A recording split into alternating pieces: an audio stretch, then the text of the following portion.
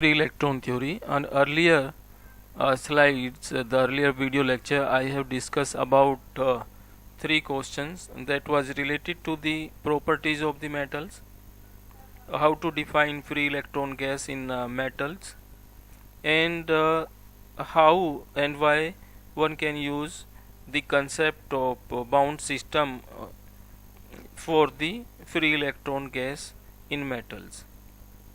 Right. So I am repeating again a little bit portion of those slides, that free electrons gas in crystal, basically why we are saying that free electron gas. The first point is about the free particle. We define free particle only to those particle where they can move here and there freely.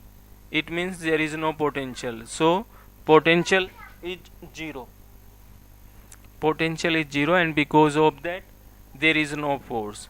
So particle can move here and there. This was the first point.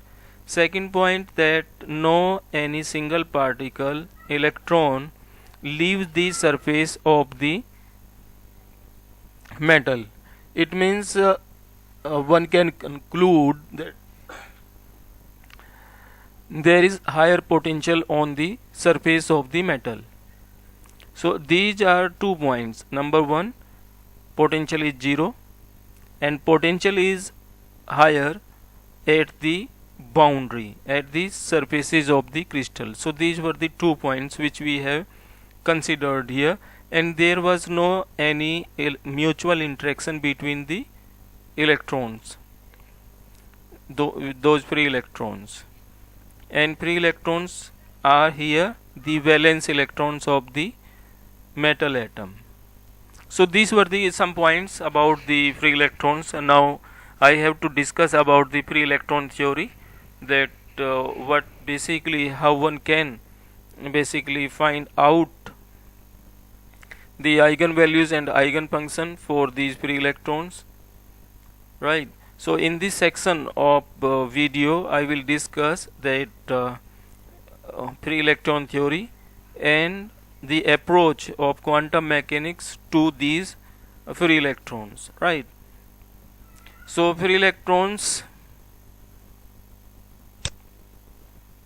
theory was proposed by Sommerfeld by implementing the idea of free electrons, that was particle in a box in quantum mechanics, where one used the Schrodinger's time independent equation to determine the energy and eigenfunction of the free particle. So Schrodinger equations is d2 psi plus 2m upon h cross square E minus v psi is equal to 0. This is our Schrodinger equation, time independent Schrodinger equation, which we have to use for these free electrons. But in quantum mechanics we have used this equation for a bound system, right, to a single atom, and the energy of the electron in this system was quantized. That means energy is in discrete form.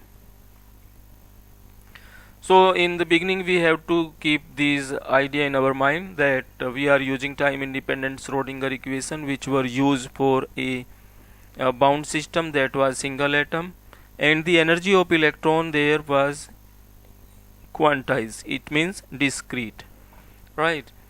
And here we are using the same approach as we have applied on the bound system on the free electrons in metal.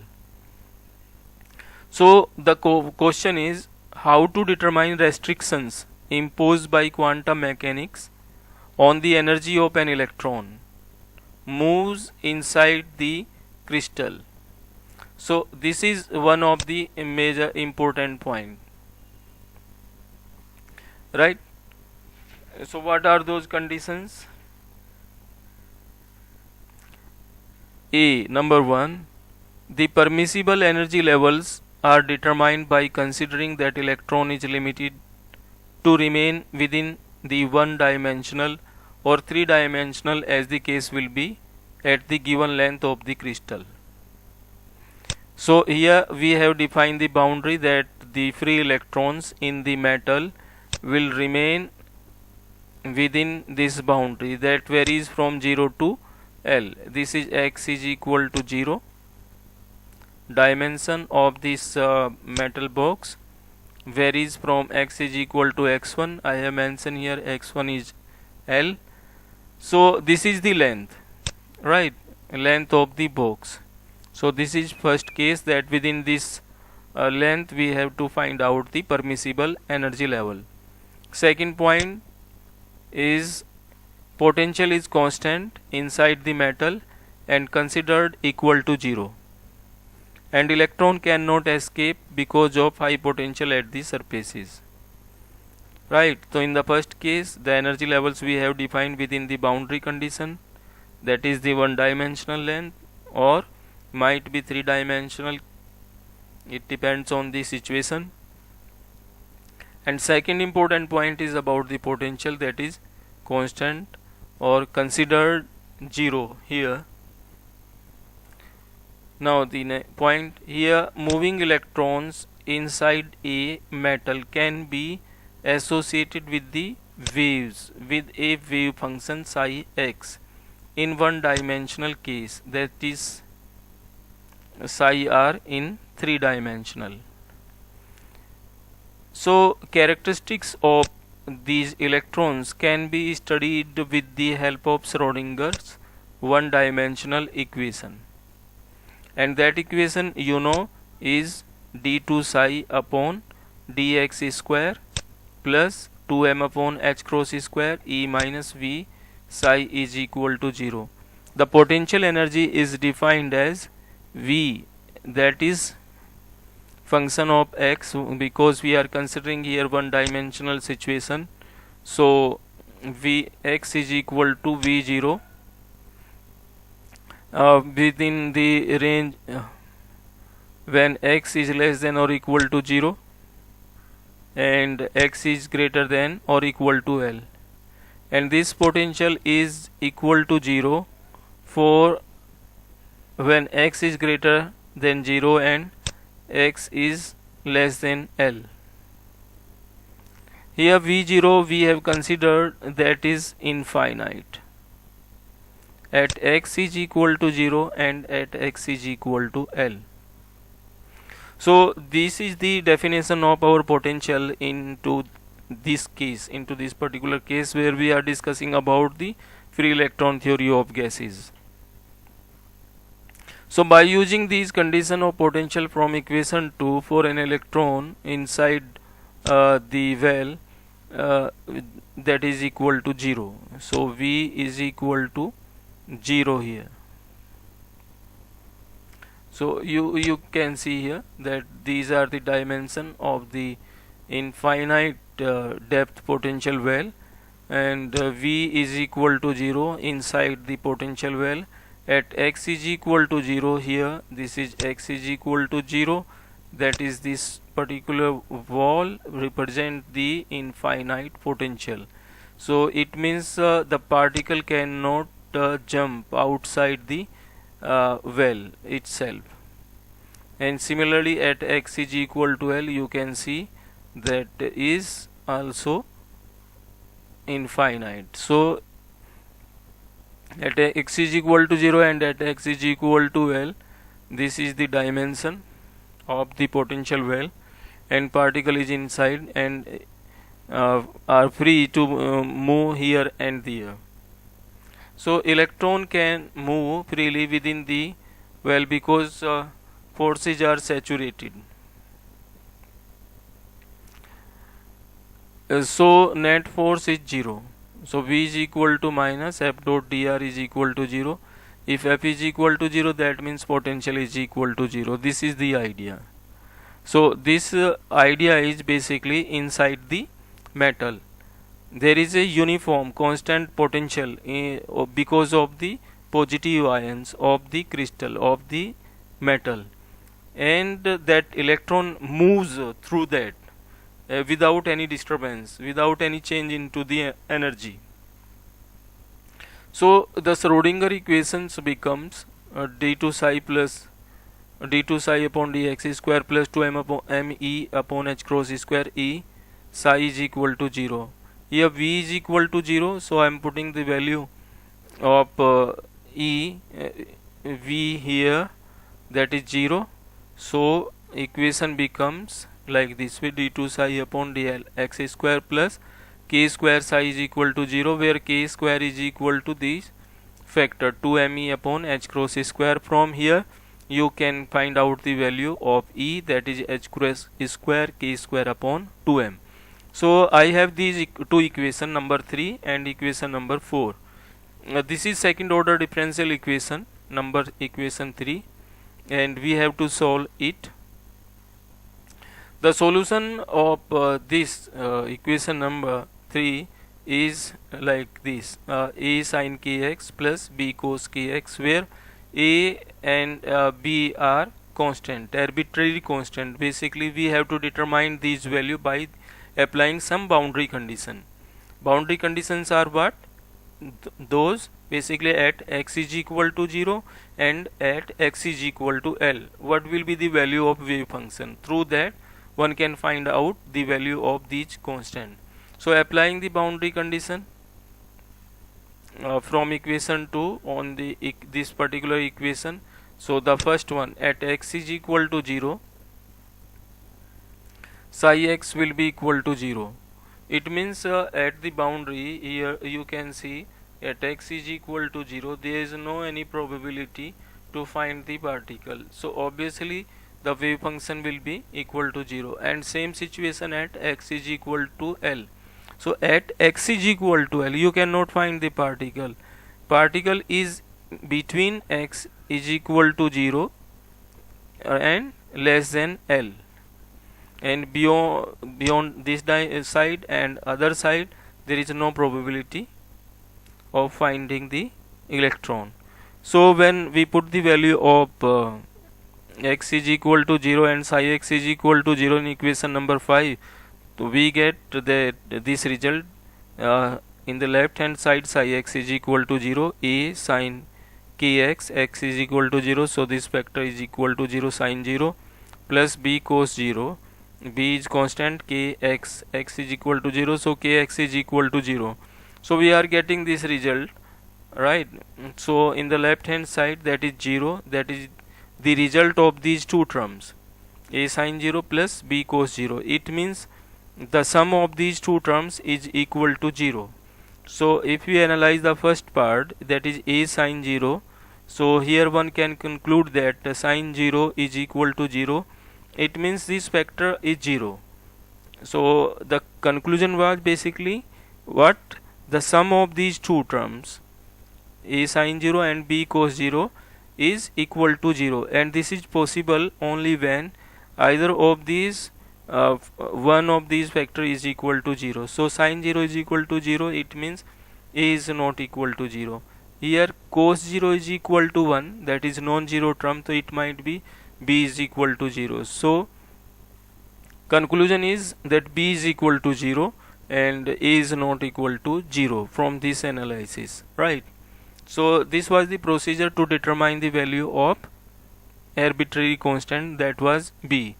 And now applying the second boundary condition, that is at x is equal to L, and again at the wall there is no probability to find the electron, so psi x will be equal to 0.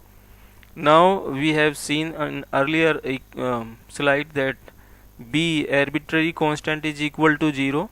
So when we put the value in this wave function, psi x is equal to a sin kx and b is equal to 0, so the second term, there is no contribution of the second term, so psi x is equal to a sin kx.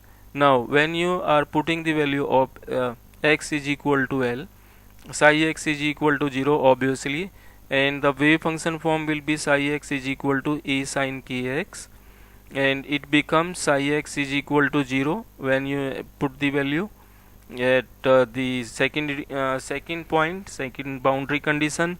It is a sin kl, because at x is equal to L, so a is not equal to 0, it means sin kl is equal to 0 if we analyze, because from the earlier slide or analysis about the arbitrary constant. So A is not equal to 0, it means the second factor is equal to 0, that is sin KL, and it is possible only when sin KL will be equal to the sin n pi. When we compare both sides, we found that KL is equal to n pi, where n is an integer that represents the order of the state. But remember that n is equal to 0, state is not allowed. You cannot put the value of n is equal to 0, because if you will put the n is equal to 0, so k will be equal to 0. If k is equal to 0, that means ix is equal to 0 everywhere in the box. K is the wave vector that comes into the wave function, right? Here this k. So when you put n is equal to 0, you have to put the value of it, and then that time ix will be equal to 0. It means there is no particle, right, associated with this wave function. So n is equal to 0 is not allowed for this particular case. And now when we analyze this situation, sin KL is equal to sin n pi, we can say that KL is equal to n pi, and from here one can find out the value of k, that is n pi upon L. Therefore the solution of the Schrodinger wave equation in the region of the potential well, that basically is from 0 to L, psi n, that wave function is equal to a sin kx. Now putting the value of k, it becomes a sin n pi x upon L.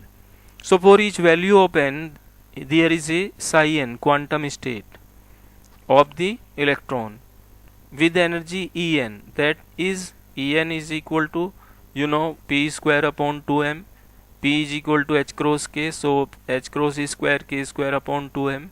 And now put the value of k from here, so it becomes h cross square upon 2m into n square pi square upon L square. By this way one can find out the energy eigenvalue of the electron. So after simplification of it, En we get n square h square upon 8m L square, similar to the bound system like in atom, one electron atom. So the states basically is further can be shown into the potential well. So E1 correspond n is equal to 1, n is equal to 2, that is E2, and that is basically equal to the for E1. N is equal to 3, that is equal 3 state E3, and that is equal to the 9 of E1. At n is equal to 4, fourth state, and that is represented by the E4 equal to 16 E1. So all these states you see are discrete energy states. These are known as discrete energy level, right?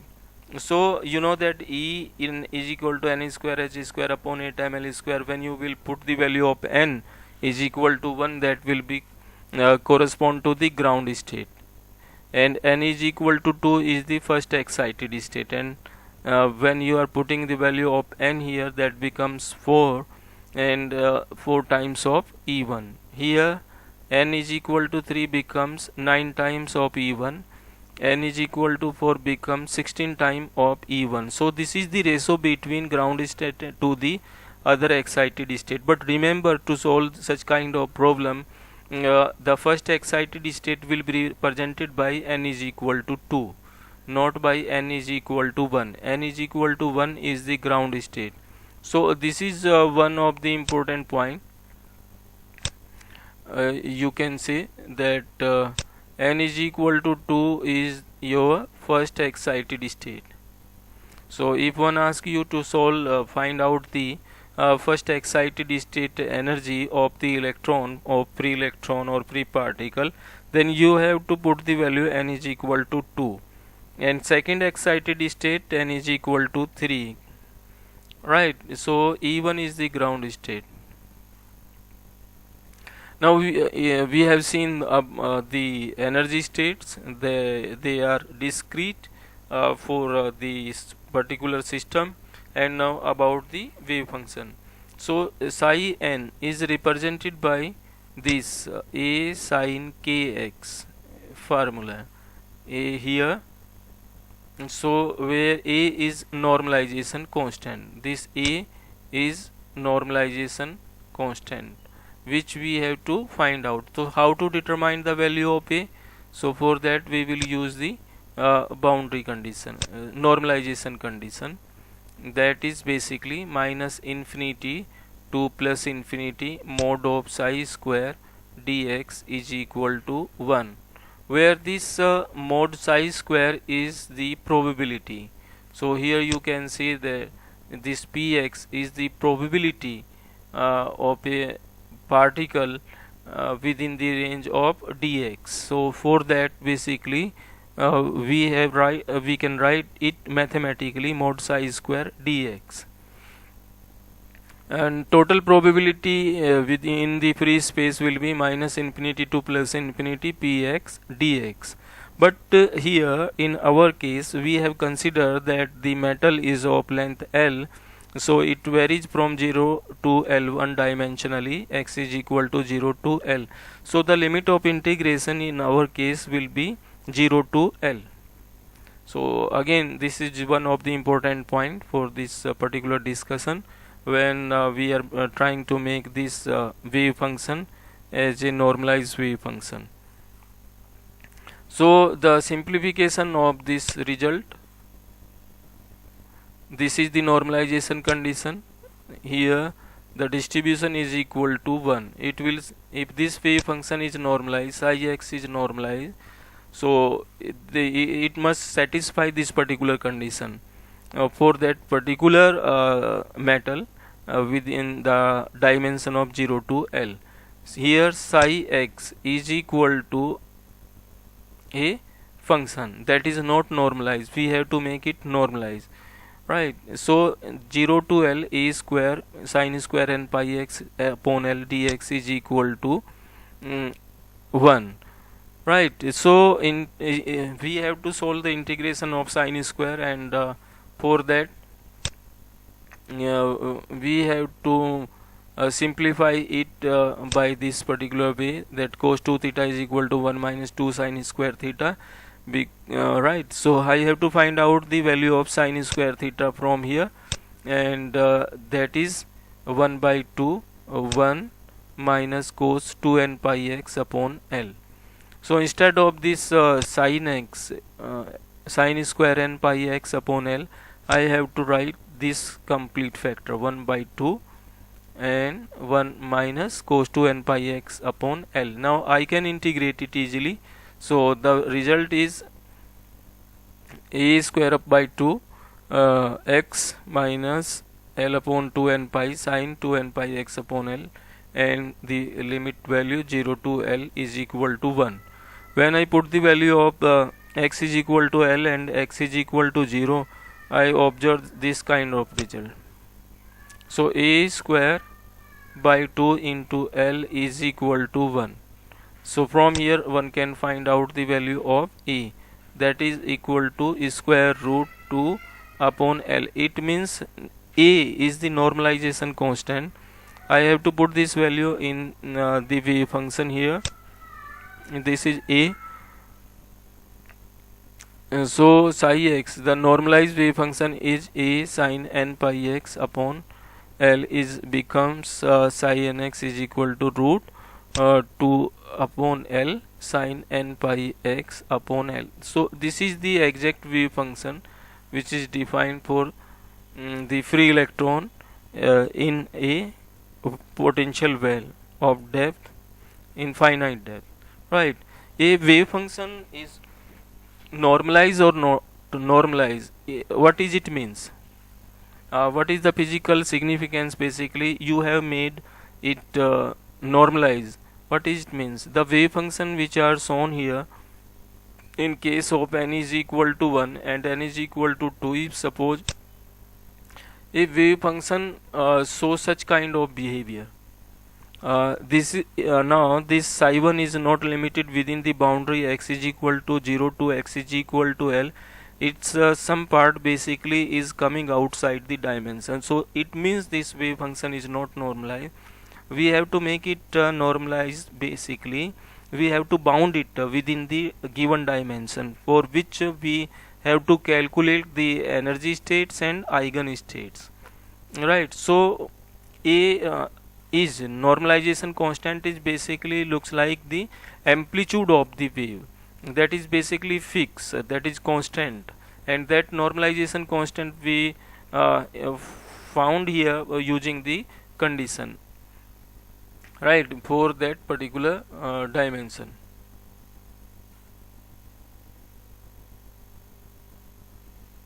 That is x is equal to 0 to x is equal to L.